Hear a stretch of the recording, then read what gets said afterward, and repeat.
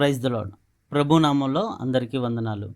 దేవుడు ఈరోజు మనకిచ్చిన వాగ్దానం కష్టార్జితము. దేవుడు మన కష్టార్జితాన్ని ఎలా దీవిస్తున్నాడు? కొన్ని వాగ్దానాలను చూద్దాం. కీర్తనల గ్రంథము 128వ అధ్యాయము 2వ వచనం.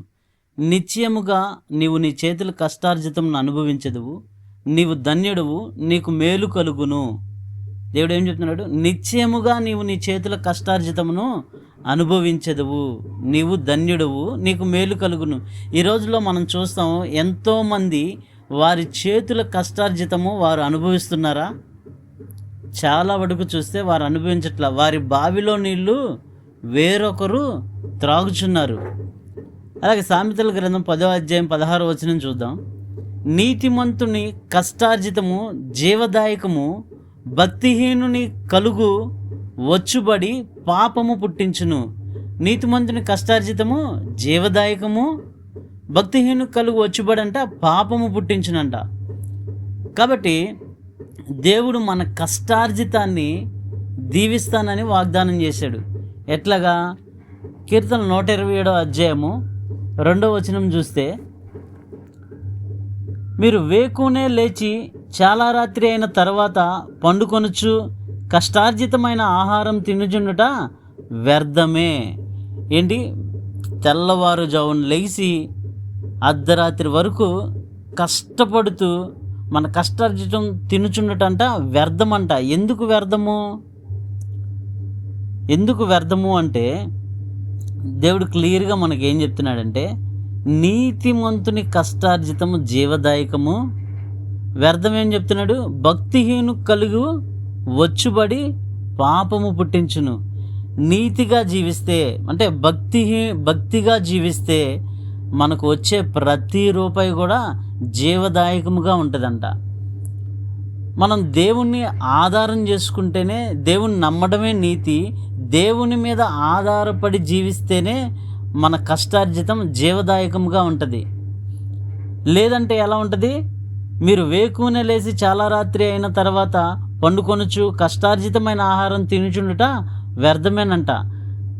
తర్వాత తన ప్రియులు నిద్రించుచుండగా ఆయన వారికి ఇచ్చుచున్నాడు. తన ప్రియులు అంటే ఎవరైతే ఆయనకి ఇష్టలుగా ఉంటారో వాళ్ళు నిద్రించుచుండగా ఆయన వారికి ఇచ్చును. అంటే నీతిగా జీవిస్తే, నీతిగా మనం వచ్చిన ప్రతి రూపాయి, సంపాదించే ప్రతి రూపాయి జీవదాయకంగా ఉంటుంది. భక్తిహీను కలుగు వచ్చుబడి పాపము పుట్టించేదిగా ఉంటుంది.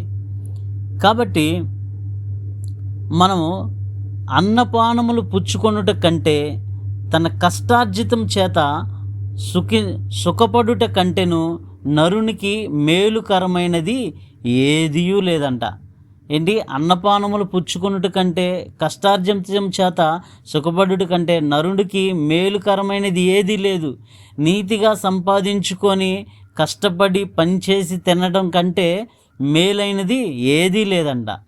ప్రసంగి గ్రంథం 2వ అధ్యాయం 24వ వచనంలో చూసాం. అలాగే ప్రసంగి గ్రంథము 3వ అధ్యాయం 13వ వచనం చూద్దాం. ప్రతివాడు అన్నపానములు పుచ్చుకొనుచు తన కష్టార్జితం వలన సుఖమనుభవించుట దేవుడిచ్చు బహుమానమే అని తెలుసుకుంటుని అని ప్రసంగి గారు చెప్తున్నారు. ప్రసంగి గ్రంథంలో ప్రతివాడు అన్నపానములు పుచ్చుకొనుచు తన కష్టార్జితం వలన సుఖపడుటే దేవుడిచ్చు బహుమానము. అలాగే మోసము చేసి సంపాదించుకునే ధనము క్షీణింపచేస్తుంది.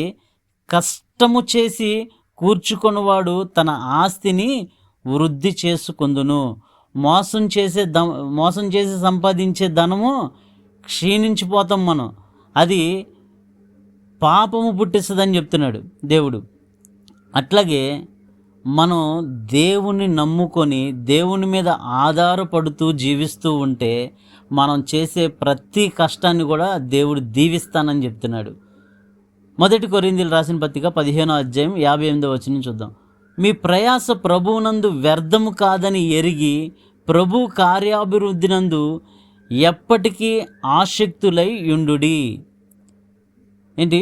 ప్రభు పట్ల మనం ప్రయాసపడితే, ప్రభువుని నమ్ముకుంటున్నాం కాబట్టి నీతిగా నిజాయితీగా మనం కష్టపడి పని చేస్తే ఆ వచ్చే సంపాదన అంట మనకు వ్యర్థం కాదని దేవుడు చెప్తున్నాడు. దేవుడి మాటలు దీవించునుగాక. దేవుడు మన కష్టార్జితాన్ని మనకు జీవదాయకరంగా ఉండునట్లుగా దేవుడు మన కుటుంబంలో చేయునుగాక. ఆమెన్. Praise the lord.